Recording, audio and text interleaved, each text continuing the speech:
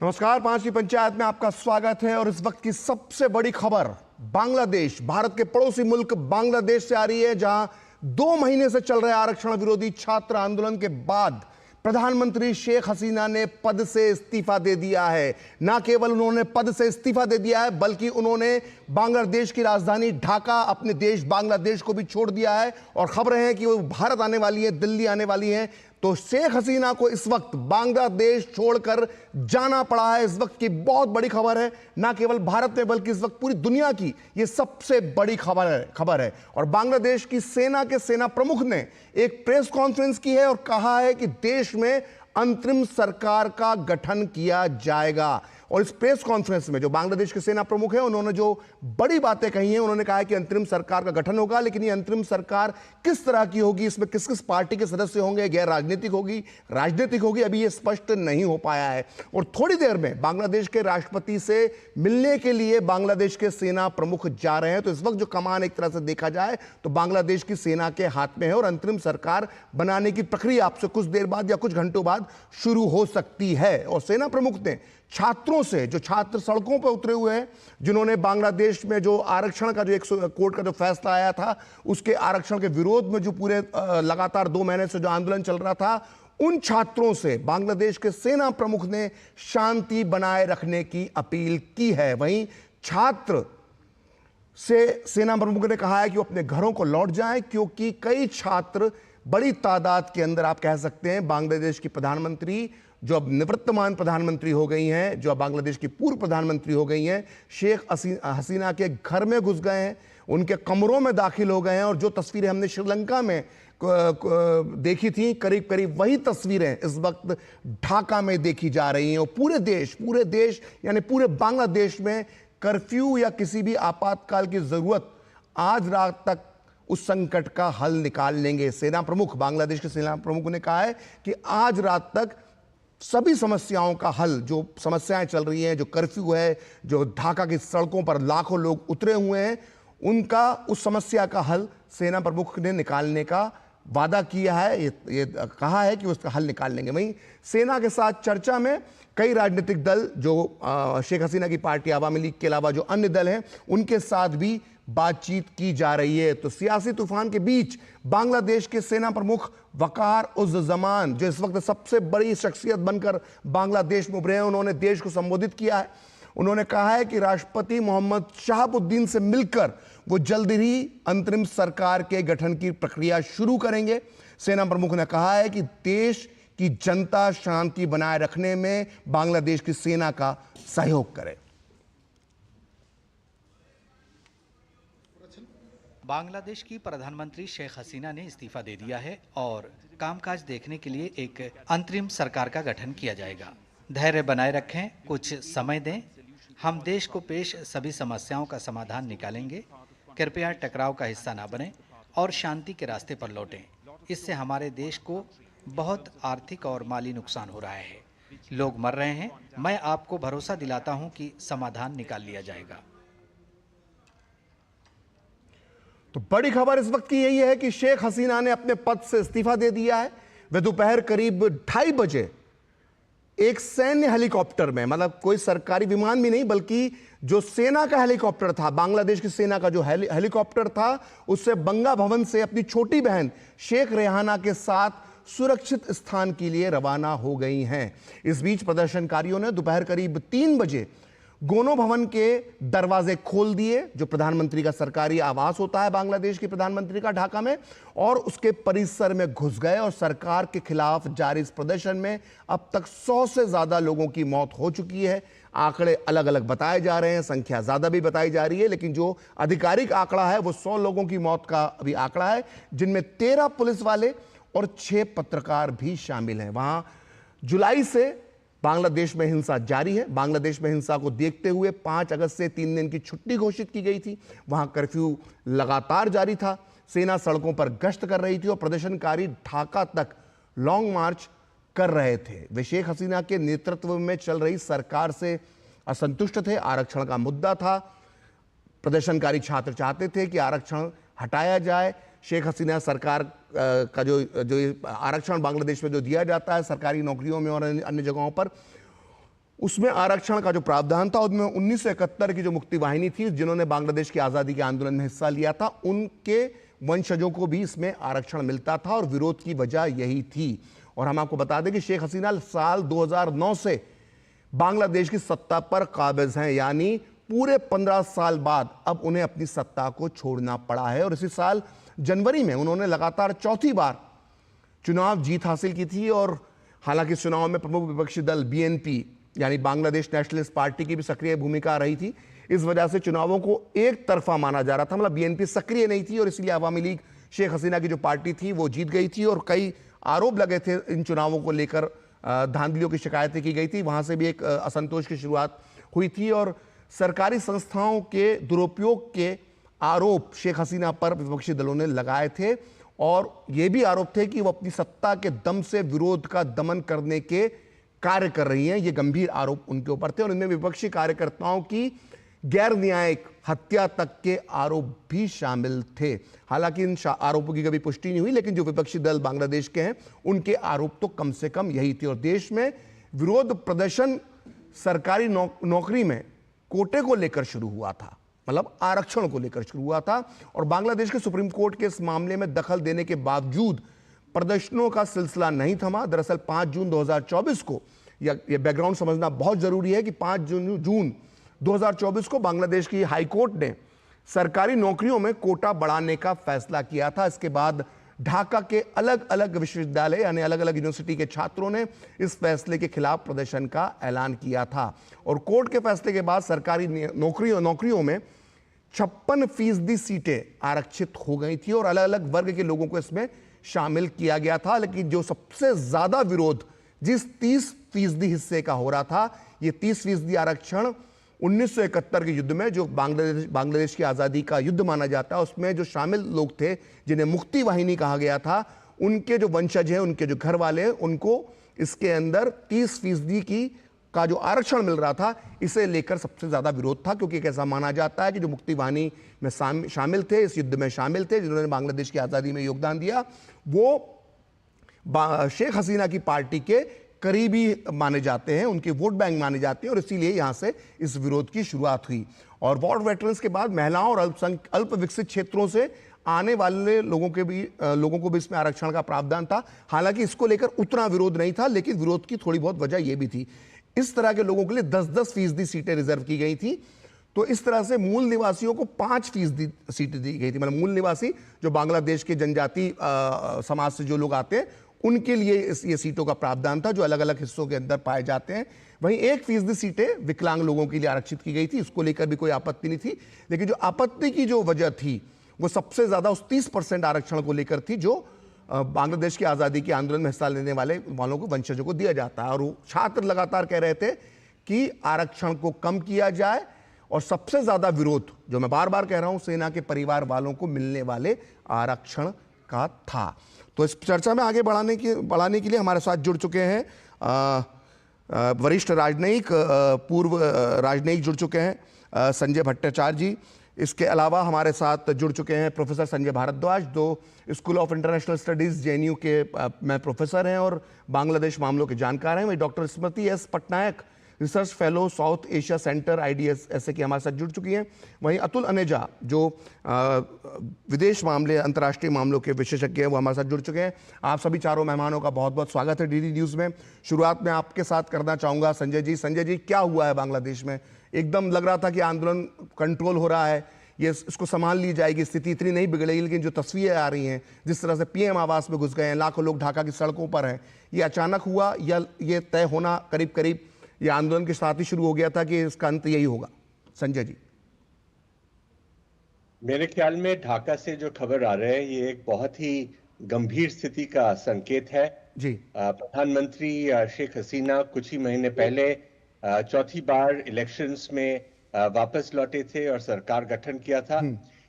इस बार जो छात्र आंदोलन जो हुआ था आरक्षण के मुद्दे पर, ये भी एक बहुत अनोखा आंदोलन था, क्योंकि आपको शायद याद होगा कि 2018 में अवामी सरकार ने इस आरक्षण को खत्म कर दिया था और ये हाईकोर्ट का एक निर्णय के बाद ये फिर से जग उठा था।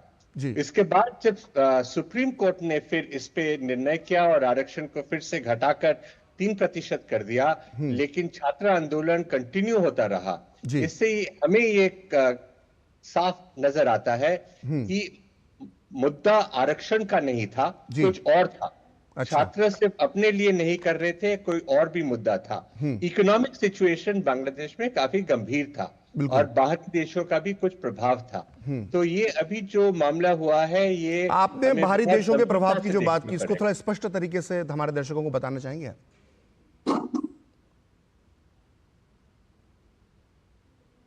कौन सा? आपने जो कहा बाहरी देशों का जो प्रभाव था, आपने एक शब्द का इस्तेमाल किया, एक वाक्य का इस्तेमाल किया कि जो इस पूरे आंदोलन को प्रभावित कर रहे थे शायद कुछ बाहरी देश, जो आप जिसका जिक्र कर रहे हैं, वो क्या है पूरा मामला? थोड़ा उसको समझाने की कोशिश करेंगे हमारे दर्शकों के लिए। इसमें आपको याद होगा कि जब इलेक्शन का मसला, इलेक्शन के दौरान जबकि मेन ऑपोजिशन पार्टी ने ज्वाइन करने से नाकार कर दिया, जी। तब पश्चिमी देशों से ये कहा गया था कि ये फ्री और फेयर इलेक्शन के लिए सबका पार्टिसिपेशन जरूरी है। तो उस समय पश्चिमी देशों का एक असर था। दूसरा, आप जानते हैं कि बांग्लादेश में छात्रों का जो संगठन है, जी। उसमें से कुछ रिलीजियस फंडामेंटलिस्ट ग्रुप्स का भी असर रहता है। जमात का जो छात्र संगठन है, वो इसमें काफी अग्रसर रहते हैं। इस बार का जो छात्र ग्रुप्स हुए हैं, वो सारा बांग्लादेश से जुड़े हुए हैं, और जो रिलीजियस फंडामेंटलिस्ट का जो प्रभाव है, वो भी इसमें जाहिर होता है।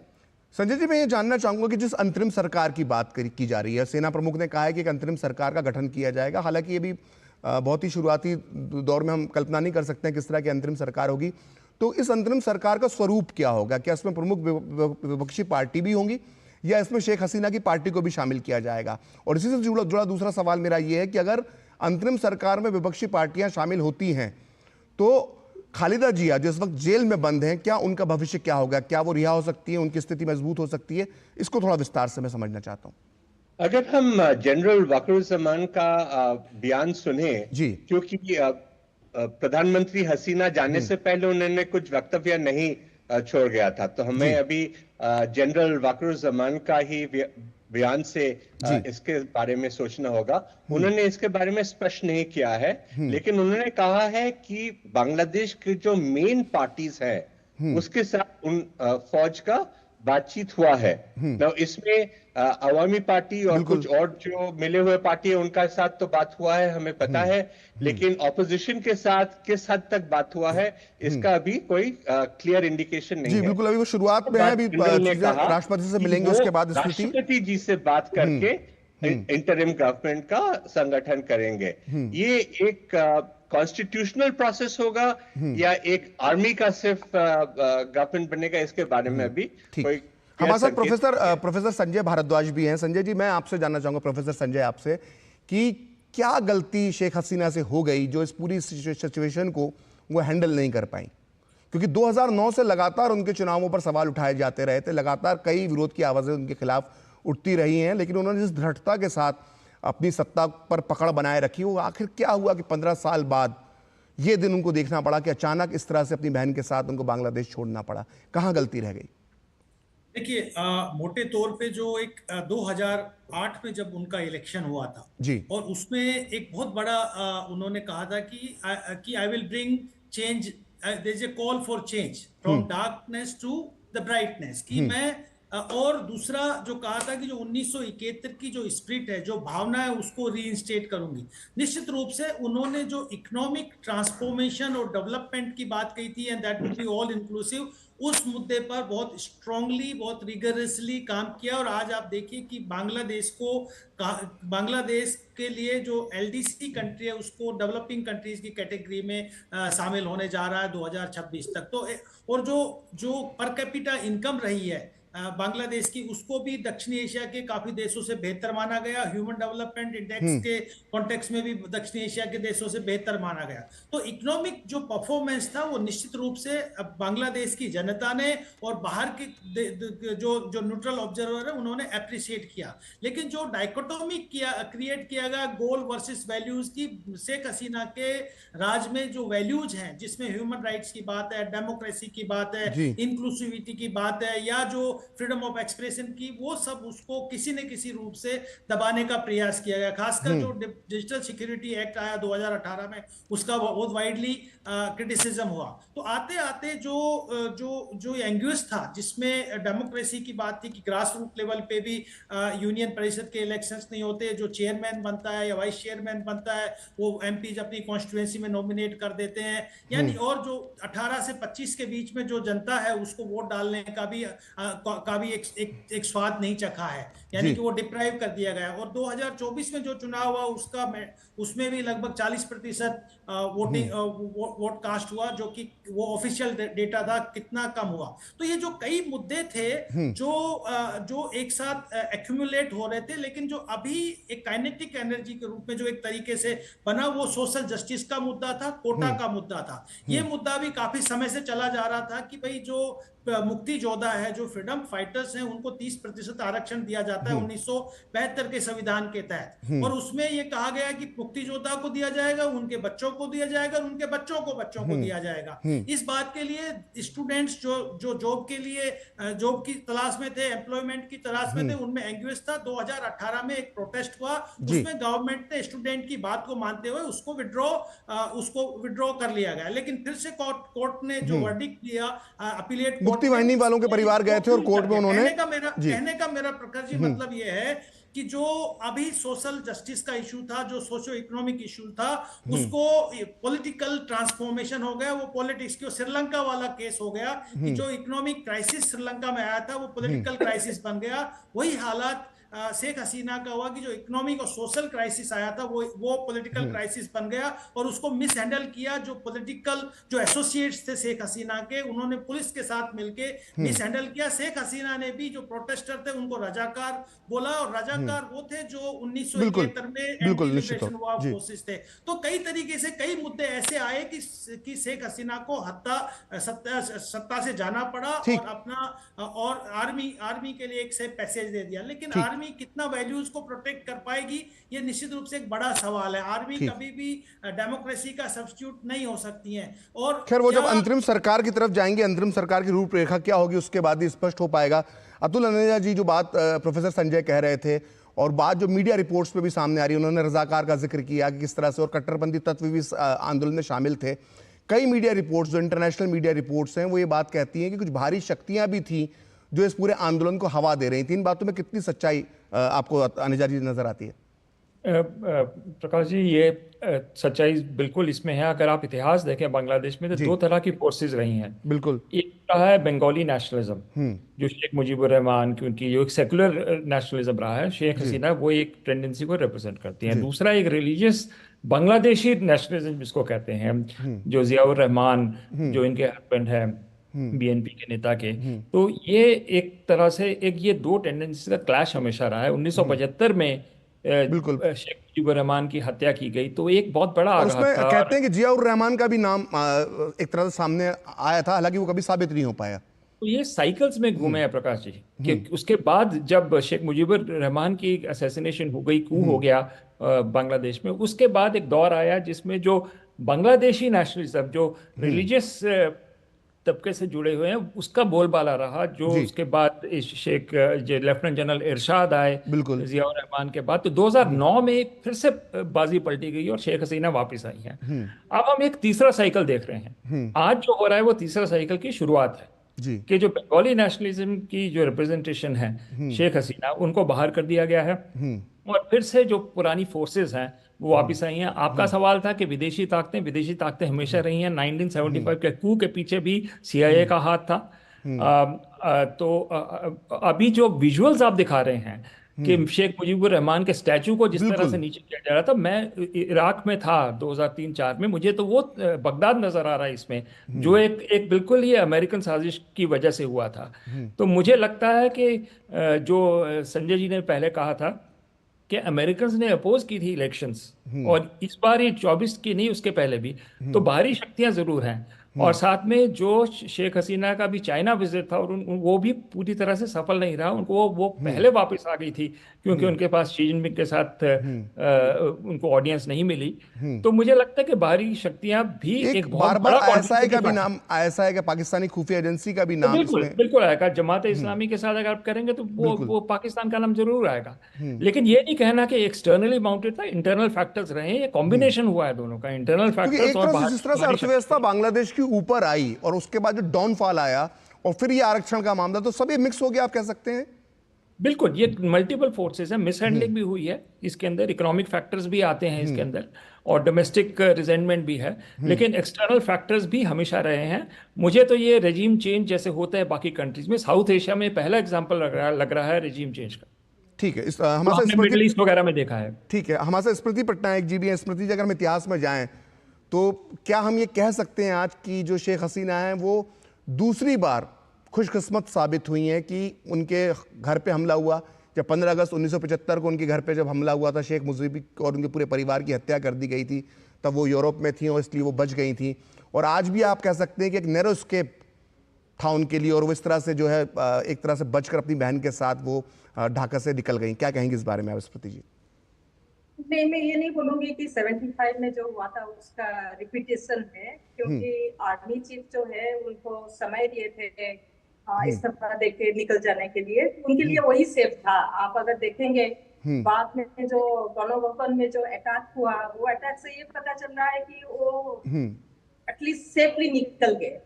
सेकंड चीज, आप आरक्षण का बात भी कर रहे थे, मैं सुन रही थी। उसमें ये है कि 17 जुलाई से सिचुएशन खराब होना शुरू हुआ, जबकि 200 के करीब स्टूडेंट का मौत हुई, और शेख हसीना तभी भी आगे नहीं बढ़े जहाँ पे वो डायलॉग करे। शुरू से उनको ये लगा कि वो बिना डायलॉग किए हुए स्टूडेंट के साथ बात नहीं करेंगे, या उनका जो डिमांड है उसको फुलफिल नहीं करेंगे, और जैसे शासन चल रही है वैसे ही चलेगी। लेकिन वो नहीं हुआ, क्योंकि उसमें दो रीजन है। एक रीजन है तो जो डेट था सुप्रीम कोर्ट सुनाने का, जो डेट था उसको आगे किए, जिसमें वो स्टेटमेंट आया। तो वो खुद ही बोल रहे हैं कि अभी तो जो अपील का जो वर्डिक्ट आया वो तो स्टूडेंट के फेवर में है, लेकिन उनको वो पता नहीं चला कि 17 तारीख से जो मूवमेंट वहां पे चल रही थी उसका एकदम ढांचा और उसका जो इश्यूज है कंप्लीटली डिफरेंट हो गई। लेकिन फिर भी मैं बोलूंगी स्टूडेंट लीडर्स उनको दिए थे, एक डेडलाइन दिए थे जो मंडे, शायद मंडे या फ्राइडे खत्म हुई, तभी भी हसीना का कोई अटेम्प्ट नहीं हुआ कि वो जाके बात करें।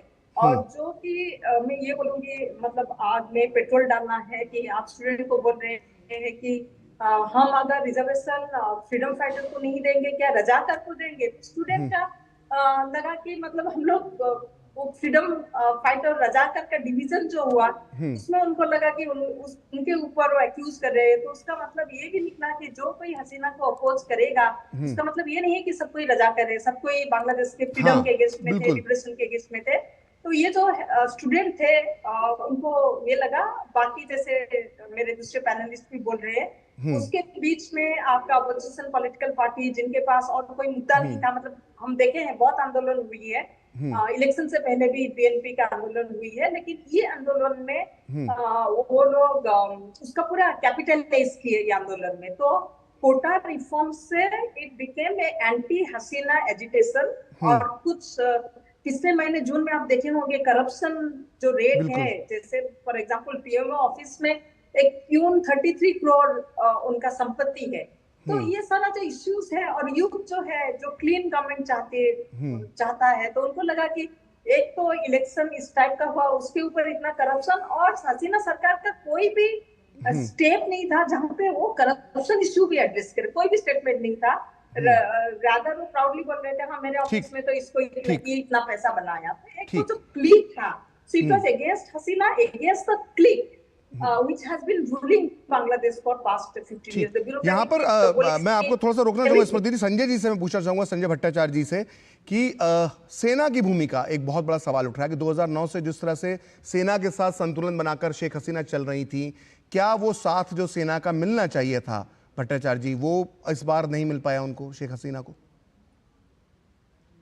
देखिए, बांग्लादेश का सेना पहले भी इंटरिम सरकार या कू भी किया हुआ है। बिल्कुल। तो सेना का एक खास भूमिका रहा हुआ है बांग्लादेश में।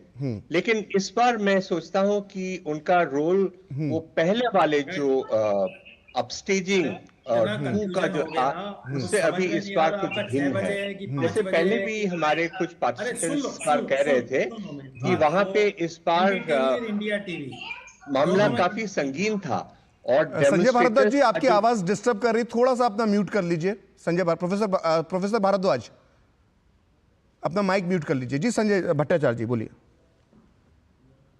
मैं बोलूं?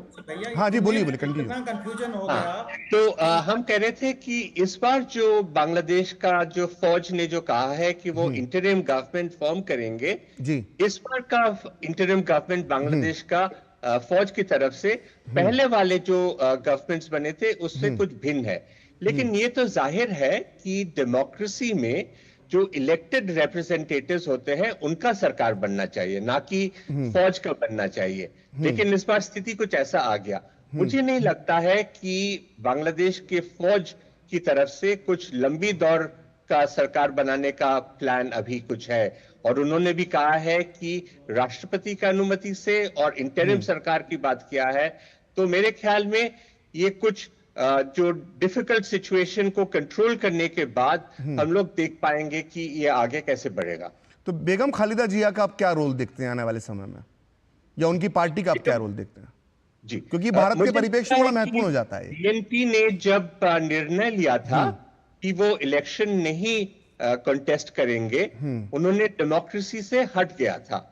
लेकिन उनका लोगों के बीच काफी सपोर्ट है आज भी। तो इस बार क्या होता है कानून के दौर से वो देखना पड़ेगा। ठीक, तो यहां पर हम एक छोटा सा ब्रेक लेंगे 5वीं पंचायत में, और ब्रेक के बाद एक बहुत महत्वपूर्ण विषय पे जो इसी से जुड़ा हुआ उस पर चर्चा करेंगे। क्योंकि भारत बांग्लादेश पड़ोसी देश है, और बांग्लादेश में जब राजनीतिक हलचल होती है तो कहीं ना कहीं उसका एक असर भारत में भी देखने को मिल सकता है। इस पर क्या असर होगा, भारत के लिए क्या बेहतर होगा, इस पर हम चर्चा करेंगे एक ब्रेक के बाद। लेते हैं एक छोटा सा ब्रेक।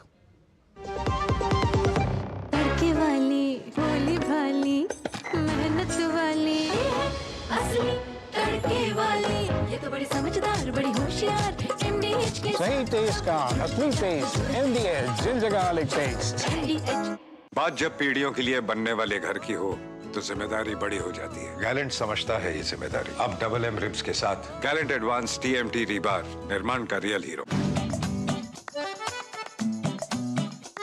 ये डाउट बहुत ही अमेजिंग चीज है, काम आसान कर देती है।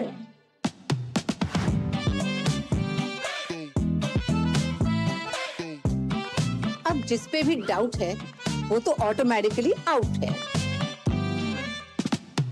लेकिन मुथूट फाइनेंस से गोल्ड लोन लेते हुए कोई डाउट नहीं है, क्योंकि यहाँ है पूरी ट्रांसपेरेंसी, 100% भरोसा और सुरक्षा। तभी तो मुथूट फाइनेंस है भरोसा इंडिया का। मुथूट फाइनेंस, इंडिया का number 1 most trusted financial services brand. तो गोल्ड लोन लेने के लिए कॉल करें 1-800-313-1212। अब आया असली स्वाद। अब आया स्वाद। जब स्वाद के पड़े हो लाले तो MDH का चंकी चाट मसाला डालें। MDH का चंकी चाट मसाला। MDH तो ब्रेक के बाद एक बार फिर आपका 5वीं पंचायत में स्वागत है, और हम बात कर रहे हैं पड़ोसी मुल्क बांग्लादेश में, जहां बवाल हो गया है। प्रधानमंत्री शेख हसीना को ढाका, अपना सरकारी निवास ढाका शहर, बांग्लादेश देश भी छोड़ना पड़ा है, और इस वक्त वो ऐसा माना जा रहा है कि दिल्ली आ सकती है, और दिल्ली से वो यूरोप, लंदन या फिनलैंड कहीं जा सकती है। इस तरह की अपुष्ट खबरें हैं, खबरों की कोई अभी तक कन्फर्मेशन नहीं हो पाया है। प्रोफेसर संजय, मैं आपसे जानना चाहूँगा, क्योंकि भारत और बांग्लादेश के निर्माण में अगर सबसे बड़ा किसी का योगदान है तो भारत है। 71 के युद्ध में अगर भारत, जिस तरह से भारत ने खुलकर समर्थन दिया तो शायद बांग्लादेश बनता भी नहीं। और हमने देखा, इतिहास गवाह है कि जब जब वहाँ पर सैन्य सरकारें रहीं, चाहे वो जनरल जिया की हो, चाहे वो जनरल इरशाद की हो, और उनके बाद जनरल जिया की जो पार्टी जो बाद में बनी और बेगम खालिदा की जब सरकार होती है, तो भारत और बांग्लादेश के संबंधों में सुनाई नहीं दे रहा बिल्कुल भी। जी संजय जी, मेरी आवाज नहीं आ रही आप तक? संजय भारद्वाज जी, अब आई, आप बोले। जी संजय जी, मैं कह रहा हूं कि भारत की एक बहुत बड़ी भूमिका 1971 में बांग्लादेश के निर्माण में थी, और हमने देखा कि जब जब वहां पर सैन्य सरकारें आई हैं, चाहे वो जनरल जिया की सरकार हो, चाहे वो जनरल इरशाद की सरकार हो, और चाहे वो बीएनपी की जब सरकार बनती है खालिदा जिया की, तो भारत और बांग्लादेश के संबंधों में कटुता आ जाती है। अब जब जो स्थितियां बन रही हैं, इसको लेकर भारत बांग्लादेश के संबंधों में क्या मोड़ आ सकता है? जैसे चल रहे थे वैसे ही चलते रहेंगे, या कुछ क्या सावधानियां इस समय विदेश नीति को लेकर हो सकती हैं? क्या अलर्ट आप इसको लेकर देखते हैं, क्या सोचते हैं आप संजय? देखिए, मैं अनेजा जी की बात को आगे बढ़ाते हुए, जो इन्होंने दो फोर्सेस की बात कही कि एक सेंटर टू लेफ्ट है, एक सेंटर टू राइट है। जो सेंटर टू लेफ्ट है उसको अवामी लीग लेड अलायंस रहता है, और सेंटर टू राइट है वो बीएनपी रहता है। अब पूरा इतिहास उठा लेंगे 1971 से 2024 तक, जब जब सेंटर टू राइट फोर्सेज रही है, भारत और बांग्लादेश के संबंध अच्छे नहीं रहे। बीएनपी रही या आप मिलिट्री रिजीम्स रही, भारत के साथ उन्होंने पाकिस्तान को तरजीह दी और चाइना को तरजीह दी, और कोल्ड वार में अमेरिका भी के साथ भी उनका बेहतर लगा रहा। जब जब अवामी लीग की सरकार रही, चाहे वो 1971 से 75 में सारे फाउंडेशनल एग्रीमेंट्स हुए, 1996 से 2001 के बीच में गैंजेस वाटर ट्रीटी हुई, बस सर्विसेज शुरू हुई, सीएसटी अकॉर्ड हुआ, और 2008 से जब से शेख हसीना वापस आई है, तो एक तरीके से जो कॉम्प्रिहेंसिव डेवलपमेंटल पार्टनरशिप एक फ्रेमवर्क तैयार हुआ। उसके बीच में दोनों देशों के बीच में इतना स्ट्रॉन्ग डेवलपमेंटल एक प्रोजेक्ट शुरू हुआ कि पूरे साउथ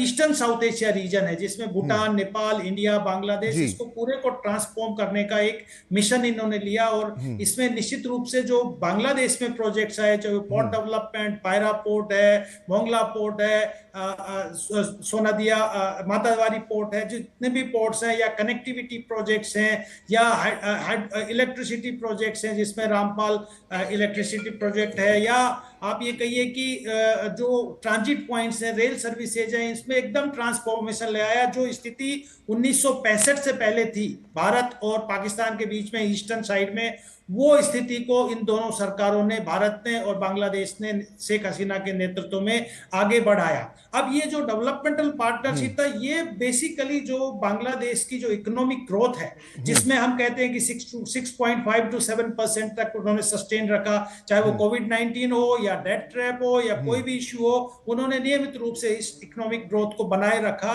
उसका यही कारण था कि भारत और बांग्लादेश ने दोनों ने एक डेवलपमेंटल पार्टनरशिप में आगे बढ़ा। बांग्लादेश ने भी भारत का जो एक्ट ईस्ट पॉलिसी था, या आप ये कहिए कि जो नॉर्थ ईस्टर्न स्टेट से कनेक्ट करने का, ट्रांजिट फैसिलिटीज लेने का, उसमें भी बांग्लादेश ने सहयोग दिया। उसी के तहत हमने एक मैत्रेई ऑयल पाइपलाइन शुरुआत की। बहुत सारे ऐसे प्रोजेक्ट्स थे जो असंभव थे दूसरी सरकारों में। तो ये जो एक क्लस्टर बना डेवलपमेंट का, और एक दूसरे की नीड्स को और कंसर्न्स को एड्रेस किया, उससे दोनों देशों में या ईस्टर्न साउथ एशिया सब रीजन में एक डेवलपमेंटल मुहिम शुरू हुई, एक पीसफुल डेवलपमेंटल।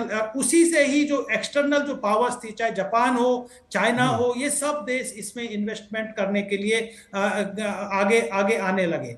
बात यहाँ आती है कि ये जो अब जिस तरीके के पॉलिटिकल जो एंटी अवामी लीग और एंटी इंडिया फोर्सेस जो सक्रिय हो रही है, जिसमें इंडिया बाइकआउट का एक नारा बीच में दिया गया था, वो बहुत ज्यादा सक्सेसफुल नहीं हुआ, क्योंकि जो मेन जो इसेंशियल कमोडिटीज है वो सारी बांग्लादेश में सप्लाई इंडिया से होती है, और उनका जो इन्फ्लेशन है, अगर इंडियन प्रोडक्ट्स वहां पे जाना बंद हो गया तो 30% इन्फ्लेशन बढ़ जाएगा।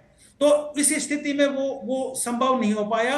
लेकिन ये निश्चित रूप से है कि अब जो नई सरकार आएगी वो कितना, क्योंकि मुझे नहीं लगता कि बीएनपी और एंटी अवामी लीग फोर्सेस आएगी, आर्मी लेड इंटरिम गवर्नमेंट आएगी। मुझे लगता है वही काम करेगी जो 2006 से 2008 के बीच में जो इंटरिम गवर्नमेंट बनी थी, केयरटेकर गवर्नमेंट बनी थी, उसके जो अतुल जी से जो आपने बात कही, वहीं से मैं अतुल जी से बात उसी सवाल पे, लेकिन एक बात मैं प्रखर जोड़ना चाहूंगा, एक बात इंपॉर्टेंट है कि जो प्रोफेसर इंडिया का कंसर्न था नॉर्थ ईस्ट में, जिसमें काउंटरिंग टेररिज्म, डिफाइन फंडामेंटलिज्म और कर्बिंग इंसर्जेंसी। 3 जो इश्यूज थे, जो इंडिया के बड़े कंसर्न्स थे, बड़े इश्यूज थे, जो 2001 से 6 के बीच में बीएनपी ने जिसको पनाह दी थी, उसको शेख हसीना ने एड्रेस किया, और भारत का जो ईस्टर्न पार्ट है वो एक शांतिपूर्ण क्षेत्र हुआ। तो मुझे लगता है कि आगे वाली सरकार भी अगर भारत की इन सिक्योरिटी इश्यूज को एड्रेस करेगी तो भारत निश्चित रूप से एक सक्रिय पार्टनर के रूप में आगे बढ़ेगा। ठीक है, अतुल जी, मैं आपसे जानना चाहूंगा कि ये जो डेवलपमेंट हुआ है बांग्लादेश में, ये भारत के लिए कितना चिंता की बात हो सकती है?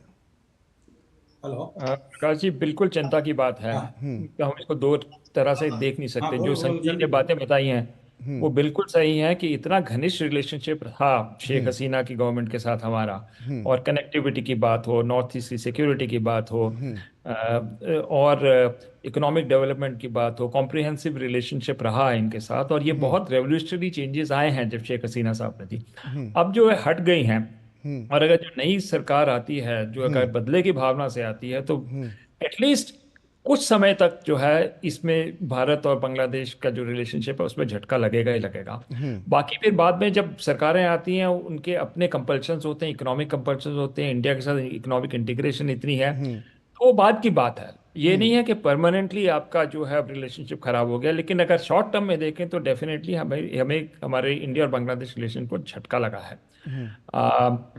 अब बात होती है कि नई सरकार किस तरह से अपना काम करती है, क्योंकि जब हम बात कर रहे हैं डिवाइडेड बांग्लादेश की, तो जो हसीना के सपोर्टर्स हैं वो इस टाइम डॉर्मेंसी में जाएंगे, लेकिन अगर स्थिति वहां पर खराब होती है तो फिर से वापस आ सकते हैं। पॉलिटिक्स में कोई भी परमानेंट एंड नहीं होता, लेकिन इस वक्त की स्थिति देख के जो मोमेंटम चल रहा था भारत और बांग्लादेश, ये थोड़ा सा अगर बांग्लादेश के इतिहास को अगर हम देखें तो 1975 में जो है, जो वहां पर जब तख्ता पलट हुआ था शेख मुजीबुर रहमान का, और उसके बाद 21 साल, अगर मैं सही हूं तो 21 साल सत्ता में वापसी करने के लिए शेख हसीना को लग गए थे।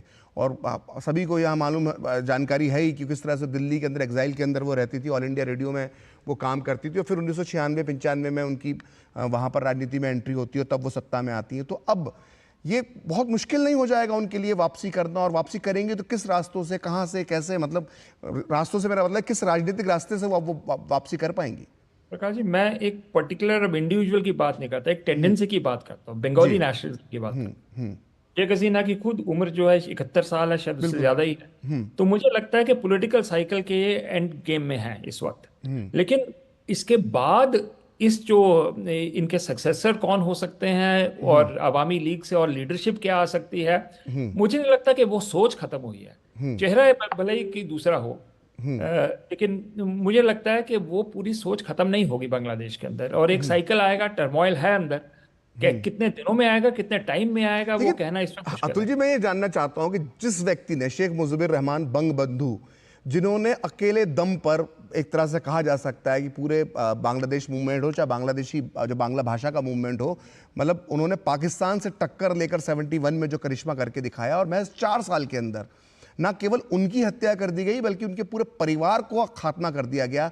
तो 4 साल में जब एक देश एक अपने नेता की उस त्याग को और उसकी महानता को भूल सकता है, तो अब वर्तमान परिस्थितियों में हम क्या देखिए, अब ये जो तस्वीर अभी तक हमारी चल रही है टीवी स्क्रीन पर, हम देख रहे हैं कि बंगबंधु की मूर्ति के साथ क्या किया जा रहा है। ये मुझे देखा नहीं जा रहा इस तस्वीर को, कि एक जो जिस व्यक्ति ने बांग्लादेश को इतनी सैक्रिफाइसेस के बाद लिबरेशन दिलाई, अब सब कुछ छोड़ के ये किया, निस्वार्थ से कंट्री को राइज कराया, और शेख हसीना उसको आगे ले जा रही थी। इस तरह के जो, जैसे सद्दाम हुसैन के स्टैचू को बगदाद में घसीटा गया, मुझे तो वो तस्वीरें नजर आ रही है। लेकिन तो बहुत सद्दाम की कहानी अलग थी, बंगबंधु की कहानी अलग है, और ये निश्चित तौर पर बहुत इसके पीछे जो फोर्सेज हैं वो एक हैं जी, जो जिन्होंने सद्दाम को हटाया और जो यहाँ हटा रहे हैं। अभी कहना ज्यादा मुझे समझ थोड़ी सकता और हूं मैं, करने की जरूरत, निश्चित तौर पर जो भी बंगबंधु की जो मूर्ति के साथ जो किया जा रहा है, नजर आ रहा है यहाँ पर जी। स्मृति जी, मैं आपसे जानना चाहूंगा कि अब आप भारत और बांग्लादेश के जो संबंध है उसका क्या भविष्य देखती हैं, और क्या स्टेप्स अब भारत को विदेश नीति में आना दिखाई देना चाहिए, जो नया रिजीम अब बांग्लादेश में तैयार होता नजर आ रहा है उसके बाद? देखिए, हम लोग सब समय डिप्लोमेसी में एक पढ़ते हैं कि national interest is permanent, no friends no enemy. तो उसी तहत से आप देखेंगे जितना सारा हमारा प्रोजेक्ट वहाँ पे चल रही है, वो प्रोजेक्ट इज बेसिकली जो बांग्लादेश सरकार को जो प्रोजेक्ट चाहिए वही प्रोजेक्ट चल रही थी। ऐसा नहीं कि हम लोग डिक्टेट किए थे, क्योंकि इंडिया का डेवलपमेंट पार्टनरशिप का बात संजय ने किया था। तो उस मॉडल के तहत जो प्रायोरिटी है वो बांग्लादेश सरकार ने तय किए थे, तो इसीलिए प्रोजेक्ट नहीं है कि सिर्फ भारत का प्रोजेक्ट है, ये बांग्लादेश का भी इक्वली उतना हेल्प करेगा। और सेकंड चीज ये रही है कि जब आप रिलेशन का बात करें, अभी army pack caretaker interim regime आने का चांसेस है। आर्मी शायद आगे नहीं आएगा, क्योंकि एक मैंने पोस्टर देखा, स्टूडेंट ने लिखे थे कि army should not take over, there should be interim regime. तो कोई भी इंटरिम रिजिम आएगा, उनको डेफिनेटली भारत के साथ अच्छा संबंध के लिए वो लोग भी कोशिश करेंगे। ऐसा नहीं है कि सिर्फ भारत का जरूरत है बांग्लादेश से, बांग्लादेश का भी इक्वली उतना जरूरत है भारत से। जैसे संजय ने बताया कि जैसे रोज का जो उनको जो जरूरत चीज जो है वो इंडिया से जाती है, तो मैं ये बोलूंगी कि रिलेशनशिप आगे बढ़ेगा। हाँ, धीमी हो जाएगी शायद, जिस कदर से बढ़ रही थी रिलेशनशिप उस कदर से नहीं बढ़ेगी, थोड़ा धीमे होगी। लेकिन रिलेशनशिप कोई भी दोनों देश के बीच में जो रिलेशनशिप होती है वो उत्थान पतन होती है। तो स्मृति जी, बात आप सही कह रही हैं, आपकी बात से मैं पूरी तरह सहमत हूं, लेकिन दिक्कत तब आ जाती है कि जब खालिदा जिया का जब हम देखते थे कि एक तरह से उनका जिस तरह का झुकाव पाकिस्तान की तरफ रहता था या चीन की तरफ जो रहता था, तो स्थितियां वहां पर बिगड़ना शुरू हो जाती हैं। उसे लेकर आप क्या कहेंगे? देखिए, खालिदा जिया का अभी तबीयत सही नहीं है। आज एक भी पोस्टर कोई डाला था, उसमें लिखा हुआ था कि not you, don't put lipstick, we are not waiting for you. तो यही है तारिक जिया जो एक्साइल में है लंदन में, तो आर्मी का सरकार जो 2007-8 में थे, उसी टाइम में उनको एग्जाइल में रखा हुआ था। तो मुझे ये पता नहीं कि कितना एक्सेप्टेबल है। जो मुझे दिख रहा है कि प्रोबेबली प्रोफेसर यूनुस का नाम आ रही है, मे बी प्रोफेसर यूनुस के लीडरशिप में एक इंटरिम रिजिम आएगी और इलेक्शन यही लग रहा है अभी फिलहाल, यही लग रहा है। लेकिन नेक्स्ट 2 दिन बहुत ही क्रूशियल है। क्या डेवलपमेंट हो रहा है, इंटरिम रिजिम में कौन रह रहा है, आवामी लीग का कोई रिप्रेजेंटेटिव उसमें रहेगा या नहीं रहेगा, आर्मी का क्या रोल होगी, आर्मी उसमें डायरेक्टली रहेगी या पीछे से 2007-8 का मॉडल आगे आएगा, तो अभी ये सारा क्लियर नहीं है। तो इसीलिए मैं बोलूंगी 2 दिन बहुत क्रूशियल होगा इंडिया के लिए, देखने के लिए किस टाइप का इंटरिम रिजिम आ रहा है।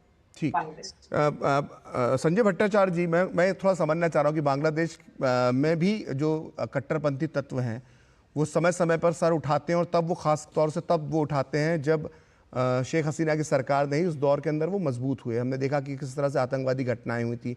एक घटना में तो शायद जहाँ तक मुझे याद है 4 जनरल जो थे बांग्लादेश आर्मी के, उनकी हत्या कर दी गई थी, और किस तरह से हुआ था ये सब देखते रहते हैं। कैफे में हमला हुआ, वो भी एक बड़ी घटना है।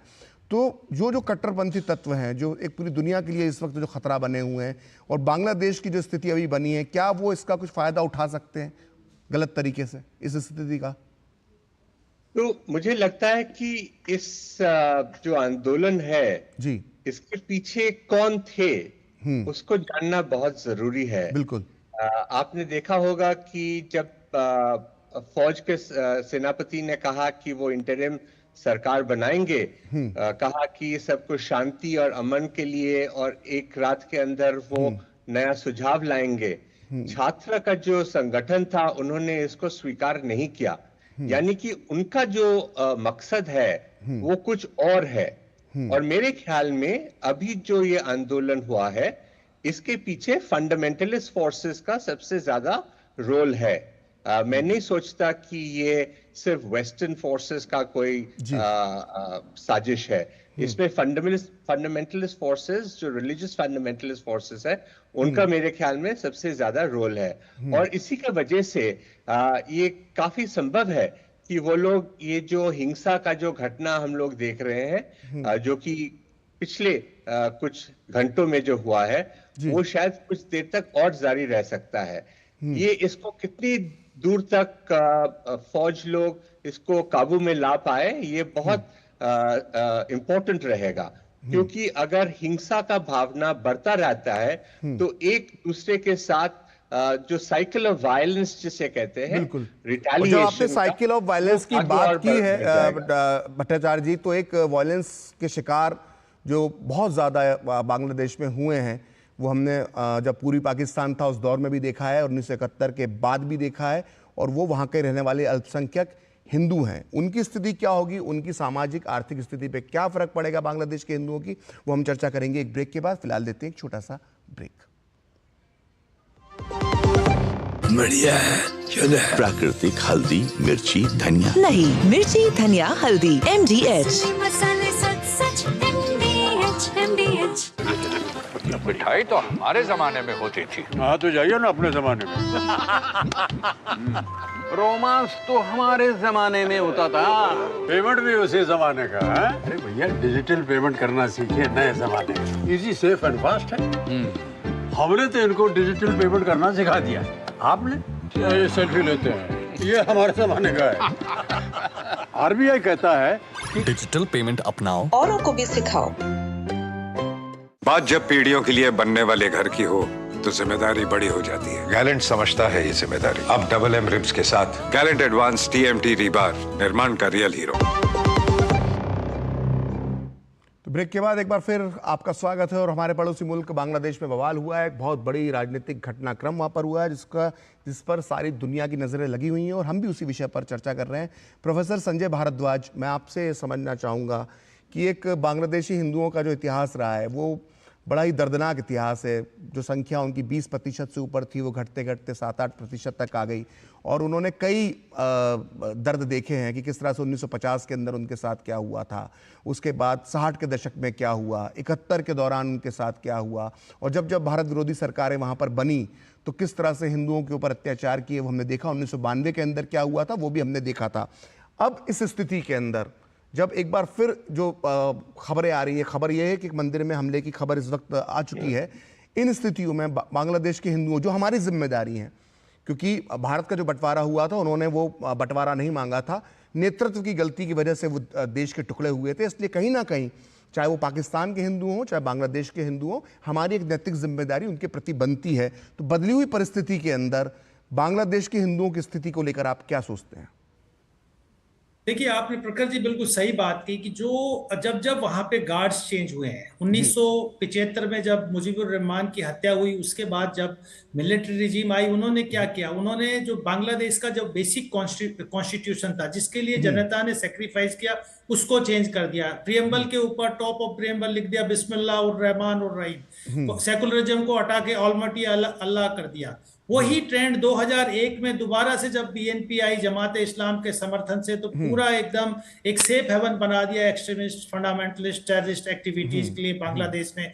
एक दिन में 64 बम ब्लास्ट जुडिशरी और कोर्ट्स के सामने हो रहे थे। तो एक तरीके से आप ये देख सकते हैं कि जो अनडेमोक्रेटिक फोर्सेस, जिनका प्रमाइज अनडेमोक्रेटिक है, जिसकी सोशल कॉन्स्टिट्यूएंसी अनडेमोक्रेटिक रूट्स में है, वो किस तरीके के रिजल्ट्स देंगी। तो एक ये कंसर्न है कि जब अवामी लीग और शेख हसीना को सत्ता से हटा दिया गया, अब किस तरीके की फोर्स सत्ता में आएगी। देखिए, अगर प्रोटेस्टर्स को शामिल कर दिया गया तो जितने भी प्रोटेस्टर्स हैं ये सब इनएक्सपीरियंस्ड यंग पीपल है, इनको कोई गवर्नेंस का अनुभव नहीं है, पहली बात। दूसरी बात की जो दूसरे राजनीतिक दल हैं जिसमें BNP और जमात इस्लाम से कहीं भी किसी भी तरीके का अगर सहयोग लिया गया तो वो अपने एजेंडा पे काम करेंगे बांग्लादेश में, और वो ना बांग्लादेश के लिए अच्छा है, ना बांग्लादेश के डेवलपमेंट के लिए अच्छा है, ना ही डेमोक्रेटिक इथोज एंड वैल्यूज के लिए अच्छा है। और जो इंटरनेशनल फोर्सेस इस स्वाद को चखना चाहती थी, जो चाहती थी कि शेख हसीना को सत्ता से हटा दिया जाए तो बहुत सारी समस्याओं का